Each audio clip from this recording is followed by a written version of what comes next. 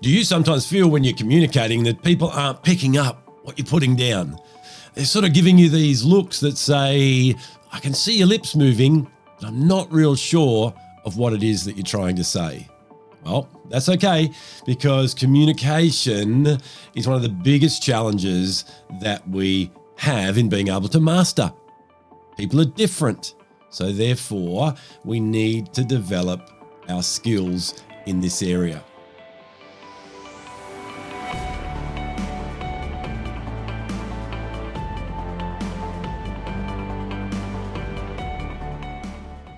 Hi, this is Grant Herbert, VUCA Leadership and Sustainable Performance Coach, and today I want to jump into the first competency in this quadrant of relationship management by helping you to be masterful as a communicator. Over the last few weeks, we've been talking about relationships and the fact that they're everything in business, in life. We're human beings, and our interaction with other human beings can create some wondrous things. However, it doesn't come without a lot of conflict and stress sometimes, because we're different. We have different ideas, we have different opinions, we have different ways of looking at things, and we have different ways of communicating and understanding. As a leader, one of the greatest skills that you can have is the ability to send clear and convincing and credible messages to others, and to be able to accept what they're putting down through the lens that they're sending it through. Communication is a powerful tool to be able to bring people together in a common cause and move forward towards the results that we want. Unfortunately, one of the biggest challenges is that in our workplace, we actually think that communication has taken place. By the way, if my voice sounds a little bit different today, it's because I've got a little bit of a throat thing going on. I'm not quite sure. It sounds like my voice is totally different, but that's okay, because there's more to communication than just my voice. And hopefully you can hear the passion, you can hear the emotion that comes through. And if you are actually watching this on the video, you'll see a lot of hand gestures and movement that also communicates. But as I said, a lot of people think they're communicating because communication is, in their mind, one way. I've said or projected a message out, and that's communicating. No, it's way more than that. And what I want to do today is just unpack how we can think differently about communication so that it can become one of the most valuable tools that we have in our leadership toolkit. Think about the challenges that you've had in meetings and in times when you're together with other people. Is it because they don't understand, or could it be because you're putting it down in a way that you need, not the way that they do? This is a lesson that I've had to learn many years ago, and I continue to practice as a leader, to realize that what I've got to do is communicate in a way that they need me to. So in turn, they can give me what it is that I want.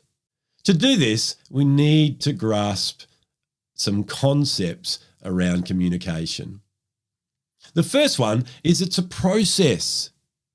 It's a process of mutual exchange rather than just one-way exchange, where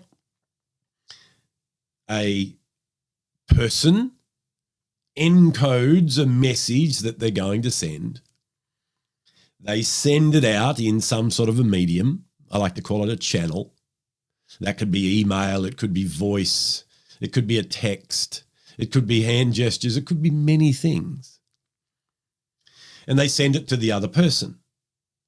Unfortunately, between where they send it and where the receiver is, there's a lot of noise. There's life that goes on. There's this VUCA environment that we keep talking about, of volatility, uncertainty, complexity, ambiguity. There's the work that they're trying to get done. There's the thoughts that are crowding their brain. there's advertisement, there's marketing, there's all these things going on, there's family, there's things outside of work. And that is what the communication needs to cut through. Then they receive the message. Now, just like you encoded what you're going to say, they then filter that and decode it through their own uncertainties, through their own limiting beliefs, through their own ways of looking at things. And then they have a reference of what they think you said. Now, they are going to respond.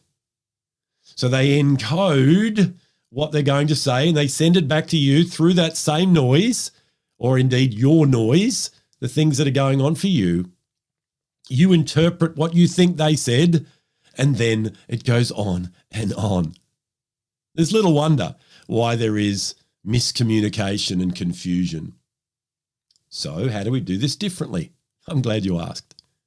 So the first thing we need to do is celebrate differences. It's okay that people aren't like you. It's okay that people have an opinion that's different to yours. It doesn't make either of you wrong. It's okay that some people need to see things, other people need to hear them, others need to feel them and touch them. All these things are okay. So we need to celebrate that diversity rather than look at it and go, why do these people not understand? Why are they not like me? They're not like you, because we need that collection of all those unique individuals to be who we need to be as the group. So by celebrating that diversity, you can then be curious and learn to understand those people at a deeper level rather than just on the surface.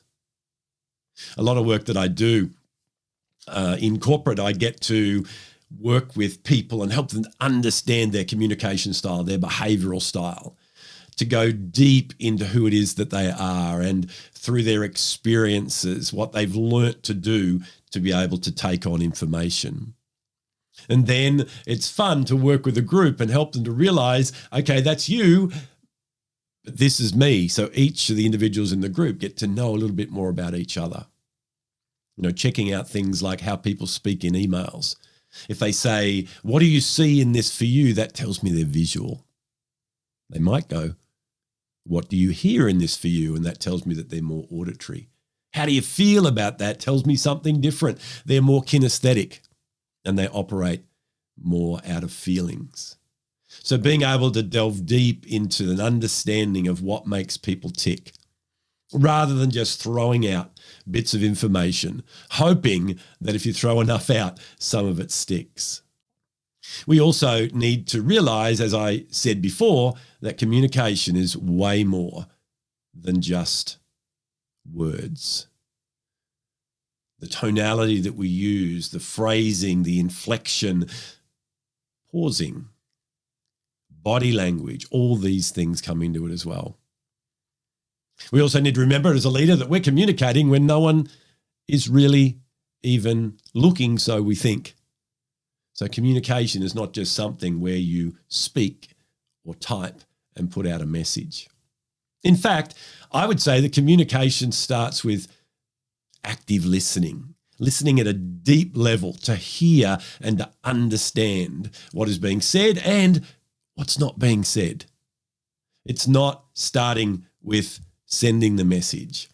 It's being attuned to what's going on around you in your world. I know it all sounds like it's very complex. And it is, because we are human beings, not human doings. We are emotional beings. We have our own limiting beliefs and uncertainties and goals and everything as an individual. And that's what gets portrayed in our communication. We hear what we want to hear. We hear what we think we hear. We hear what lines up with how we feel about ourselves. All these things make communication such an important cut through to be able to build strong, sticky teams that work together with less conflict and stress and get the results that you want. So I want to challenge you to listen more intently, to speak to the way that they need to be spoken to rather than the way that you do, to be really curious, to listen for signs and for cues and to look and read what is going on in that moment. You see, this is why I said that these relationship management skills need to be developed after you've built the foundation of your own emotional intelligence, your own social awareness, and then building these wrongly named soft skills will be a lot more effective, because when we communicate with others, we'll feel okay with who we are because our personal power is strong. So allowing others to have an opinion is not something that goes against what we believe. It doesn't upset how we feel about ourselves because we know that perception is reality, but it's still only their perception. I could speak for weeks about communication. And if it's something that you're interested in knowing more about, get in touch. I would love to come and work with you and your team and to run a session where I get up on a board or a flip chart and we just have a conversation and we learn more about who we are as individuals so that we look at the strengths within our team. We look at how it is that we can communicate with each other so that confusion gets left behind and clarity reigns supreme. Well, I'm going to give this throat a rest right now. And that's it from me for another week. Join me again next week as we continue to delve into these 10 competencies of relationship management when we look at interpersonal effectiveness. I'll see you then.